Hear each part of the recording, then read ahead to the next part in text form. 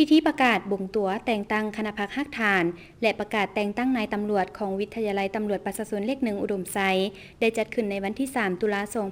2025อยู่ที่วิทยาลัยดังกล่าวโดยการเป็นประธานของพันเอกคำจันทร์สุทธศักดิ์เลขาคณะพักฮักฐานหัวหน้าวิทยาลัยตำรวจประชาชนเลข 1เข้าหัวมีพันเอกสอนเพชรแสงศิริจันทร์รองเลขาคณะพักฮักฐานห้องการเมืองกลุ่มใหญ่การเมืองกระทรวงป้องกันความสงบมีห้องหัวหน้าวิทยาลัยพร้อมด้วยพนักงานครูอาจารย์และนักศึกษาเข้าร่วม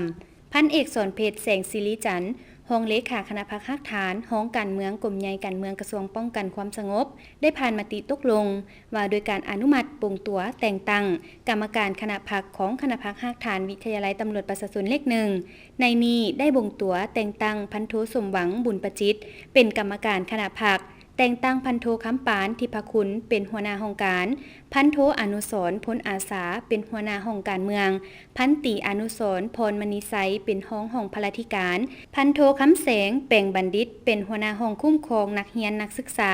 พันตีบุญทันสุขเจริญเป็นห้องคุ้มครองหลักสูตรการศึกษาพันโทบุญเทียงเมฆธนงไซเป็นหัวหน้าห้องประกันคุณภาพการศึกษาพันโทบุญตั้งอินแก้วมณีเป็นหัวหน้าห้องคุ้มครองข้อมูลข่าวสารพันโทนางแสงอ่อนแก้วมณีเป็นห้องคณะวิทยาศาสตร์พื้นฐานพันโทสุขสำราญศรีหาราชเป็นหัวหน้าคณะวิชาเฉพาะแขนงการนอกจากนั้นยังได้แต่งตั้งห้องหัวหน้าและห้องแผนกหัวหน้าและห้องภาควิชาอีกจำนวนหนึ่งส่วนหัวหน้าและห้องที่มีอยู่แล้วแม่นรักษาไว้คือเก่า